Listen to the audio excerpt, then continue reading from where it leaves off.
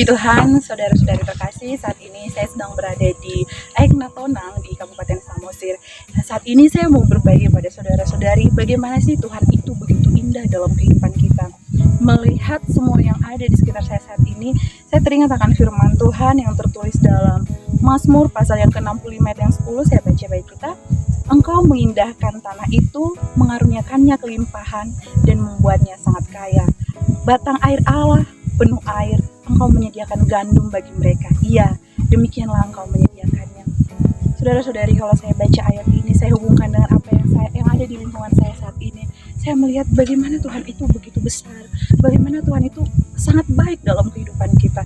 Tuhan yang menyediakan air untuk minuman kita, Tuhan yang menyediakan pohon-pohon, tumbuh-tumbuhan untuk kita nikmati, keindahan untuk kita nikmati. Saat ini banyak orang yang mencari konten untuk kesenangan mata, kesenangan pikiran. Tapi ini semua kita dapat sehari-hari dalam kehidupan kita. Kita bisa ada setiap hari, bangun setiap hari, pagi menikmati kemurahan Tuhan. Sehingga Tuhan mengatakan, engkau yang mengindahkan tanah itu. Tanah apa? Tempat kita ada. Di mana kita ada saat ini? Mungkin saudara-saudari ada di kota, ada di desa, atau mungkin ada di mana-mana tempat saya tidak tahu. Tapi semua itu Tuhan sediakan bagi saya dan saudari terkasih. Allah menyediakan kelimpahan, Allah menyediakan nafas hidup yang itu berkelimpahan. Tuhan sediakan bagi kita, saudara. Untuk itu, saudara-saudari terkasih, tetaplah bersukacita, menikmati kemurahan Tuhan, menikmati keindahan Tuhan sembari kita menghitung hari-hari kita melewati tahun 2020 yang sudah tidak lama lagi, kita menyongsong 2021. Tetap semangat, menyongsong 2021, meninggalkan 2020 dengan sukacita. Tuhan Yesus memberkati. Saudara-saudari terkasih, apa kabarnya? Saya percaya semuanya dalam keadaan sukacita, sehat luar biasa, amin. Saya mau berbagi renungan firman Tuhan buat kita semua yang tertulis dalam Mazmur pasal 23 ayat yang pertama sampai yang ketiga. Di dalam nama Tuhan Yesus, Tuhan gembalaku yang baik. Mazmur Daud, Tuhan adalah gembalaku, tak akan kekurangan aku. Ia membaringkan aku di padang yang berumput hijau, Ia membimbing aku ke air yang tenang.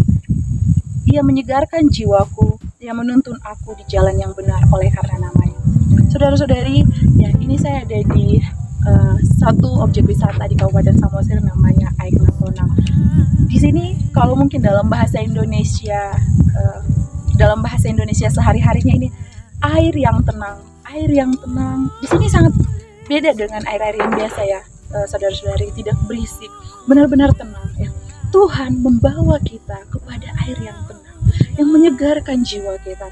Saya mau membawa saudara-saudari pada awal tahun 2020, bagaimana Tuhan membawa kita ada di tahun 2020 ini. Saya tahu bahwa tahun ini adalah tahun yang berat ya, untuk kita hadapi bersama-sama, terkhusus semenjak bulan Maret sampai dengan saat ini ya, dengan kasus yang terjadi, yang secara global terjadi, mendunia itu terjadi, kita alami.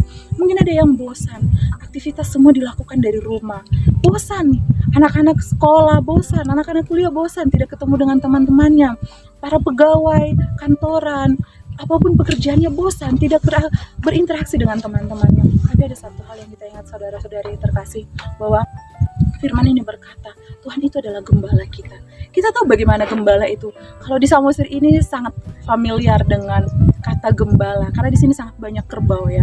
Jadi gembala itu ketika mengangon itu ya, ketika membawa kerbau itu, dia membawanya ke padang, ke rumput yang hijau, rumput yang panjang. Setelah itu dia membawanya ke sumber air, mungkin ke sungai, mungkin ke danau, kemana ada air dia membawanya. Tuhan di sepanjang tahun 2020 ini pun membawa kita ke air yang tenang. Walaupun kita rasa seolah-olah ini gersang Tuhan, tapi percaya bahwa masih ada mata air. Cukup kita melihat dengan mata yang tertuju kepada Tuhan. Kenapa kita sering tidak melihat air itu? Karena kita suka melihat dengan mata jasmani kita yang suka diganggu oleh orang-orang di luar kita. Jadi saudara-saudari, yang saya mau ingatkan di sini, bagi saya dan saudara-saudari, bahwa kemurahan Tuhan itu tetap ada di tahun 2020. Saudara-saudari bisa melewati masa sukar ini, itu semua karena kemurahan Tuhan. Sangat banyak di luar sana, bukan hanya di Indonesia, di luar negeri, banyak. Karena kasus ini banyak yang harus meninggal dunia, tapi saudara masih ada saat ini. Itu semua karena kemurahan Tuhan, saya percaya. Bukan karena kuat dan gagah kita, tapi seperti firman ini, Tuhanlah yang menggembalakan kita. Sepanjang tahun ini, Tuhan menggembalakan kita. Dan saya percaya Tuhan tidak izinkan kita kekurangan. Kalaupun seolah-olah berat, tapi kita bisa melewatinya. Buktinya kita ada hari ini. Buktinya kita bisa makan sampai hari ini. Kita bisa beraktivitas sampai hari ini. Itu semua karena kemurahan Tuhan. Dan janji firman Tuhan yang mengatakan akan membawa kita ke air yang tenang, akan membawa kita ke padang yang hijau, ke berumput hijau, menyegarkan jiwa kita. Janji itu kita pegang juga masuk ke tahun 2021 dengan penuh iman dan keyakinan bahwa kita akan memperoleh kemenangan. Bersama Tuhan kita sanggup melakukan perkara-perkara yang luar biasa. Semangat untuk masuk ke tahun 2021 dengan sukacita. Tuhan Yesus memberkati. Saudara-saudari yang terkasih dalam Tuhan, saat ini saya mau berbagi tentang bagaimana kita bisa mengalami mujizat Tuhan dalam kehidupan kita. Terkadang bukan karena kita tidak bisa melakukannya, saudara-saudari. Tuhan izinkan kita seolah-olah tidak mendapat jalan keluar supaya kita bisa mengalami Tuhan. Saya mau berbagi mengenai kisah Simon Petrus, yang kita tahu bahwa Simon Petrus itu adalah seorang yang sangat ahli di dalam menjala ikan. Dia sebagai seorang ahli penjala ikan. Tapi suatu malam di dalam Injil Lukas pasal yang kelima ayat 1-11, saat itu Simon Petrus telah semalam-malaman mencari ikan, tapi tidak menemukan satu ekor pun, tidak menemukan. Lalu pada ayat yang keempat di pasal ini, Yesus datang. Yesus menyuruh Simon Petrus untuk bertolak ke tempat yang lebih jauh. Saya mencoba mengerti firman ini. Tempat yang lebih jauh itu apa? Terkadang kita untuk mengalami mujizat Tuhan itu adalah kita bertolak ke tempat yang lebih jauh. Bertolak ke tempat yang lebih jauh berbicara tentang keberanian kita. Banyak orang mau mengalami berkat tapi tidak mau mengambil risiko. Mau mengalami berkat tapi tidak mau kesusahannya. Lalu saudara-saudari tidak harus fair terhadap hidup ini. Kalau mau untung harus berani jualan. Harus berani punya modal. Demikian juga di dalam kita rindu mengalami mujizat, di dalam kita rindu mengalami berkat Tuhan, kita harus berani. Kalau kita tidak berani menghadapi masalah, kita tidak akan mengalami mujizat. Saya pegang satu prinsip bahwa mujizat selalu diawali dengan krisis. Krisis itu terjadi saat apa? Saat ada masalah. Misalnya, mujizat kesembuhan terjadi saat apa? Saat kita sudah masuk IGD. Kalau misalnya flu, terus sembuh, terus bersaksi, puji Tuhan saya mengalami mujizat. Flu itu biasa, saudara-saudari, ya. Sekarang ini sudah sangat biasa kalau hanya flu, ya. Tapi kalau sudah masuk IGD, sudah sampai nafasnya sudah satu-satu dan Tuhan sembuhkan karena iman percayanya, itu namanya mujizat, saudara-saudari. Demikian yang dialami Petrus. Ketika semalam-malaman Petrus tidak mendapat ikan, lalu Yesus menyuruhnya bertolak ke tempat yang lebih dalam, lebih jauh dan lebih dalam. Dia kerjakan. Lalu apa yang terjadi? Maka di ayat selanjutnya, Petrus itu mendapat ikan yang banyak sampai apa? Jalannya itu sobek, saudara-saudari. Jalannya sobek artinya apa? Kalau Tuhan memberkati kita, kalau Tuhan mengerjakan mujizat dalam hidup kita, itu kita sampai tidak sanggup berkata apa-apa karena begitu besar berkat yang kita terima, saudara-saudari. Untuk itu, jangan pernah takut terhadap masalah, jangan pernah takut terhadap krisis, tetap kuat di dalam Tuhan, karena di dalam krisis ada mujizat. Saudara-saudari, untuk itu jangan pernah protes terhadap proses, karena lewat proses itu kita akan menjadi sukses. Tuhan Yesus memberkati. Puji Tuhan, saudara-saudari, saat ini saya mau membagikan renungan firman Tuhan tentang bagaimana janji Tuhan itu kepada bangsa Israel menyediakan segala kelimpahan.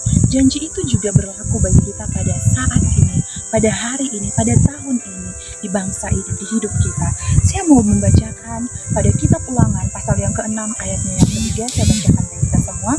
Maka dengarlah hai orang Israel, lakukanlah itu dengan setia, supaya baik keadaanmu, dan supaya kamu menjadi sangat banyak, seperti yang dijanjikan Tuhan Allah nenek moyangmu kepadamu di suatu negeri yang berlimpah-limpah susu dan madu.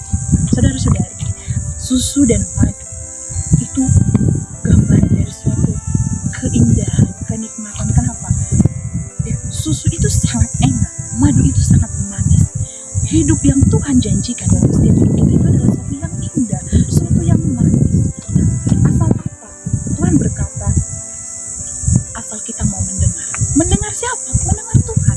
Lewat apa? Lewat firman Tuhan. Lewat khotbah-khotbah yang kita dengar. Lewat nasihat-nasihat dari hamba-hamba Tuhan. Untuk itu, saudara-saudari, jangan anti dengan nasihat. Jangan anti dengan firman. Kamu tidak perlu mempertanyakan, apakah ini benar? Firman itu, iya dan amin. Karena itu berasal dari mulut Allah sendiri. Untuk kita mau mengalami susu susu dan madu dalam hidup kita, susu dan madu dalam keseharian kita, susu dan madu dalam pekerjaan kita, susu dan madu dalam keluarga kita. Mari dengarkan firman Tuhan, kerjakan firman itu, hidupi firman itu. Saya percaya ketika saudara-saudara melakukan sesuai dengan apa yang sudah difirmankan Tuhan, susu dan madu ada dalam kehidupan saudara-saudara. Tidak akan ada kekurangan, tidak akan ada hidup yang melarat, tapi hidup yang berkenan di dalam Tuhan Yesus Kristus. Semangat dalam kehidupan saudara-saudari. Saya percaya di tahun 2020 yang indah ini, saudara-saudara sudah menikmati susu dan madu. Lagi di tahun 2021 yang akan kita song-song, susu dan madu kita nikmati di kehidupan kita, di keluarga kita, di pekerjaan kita, di pelayanan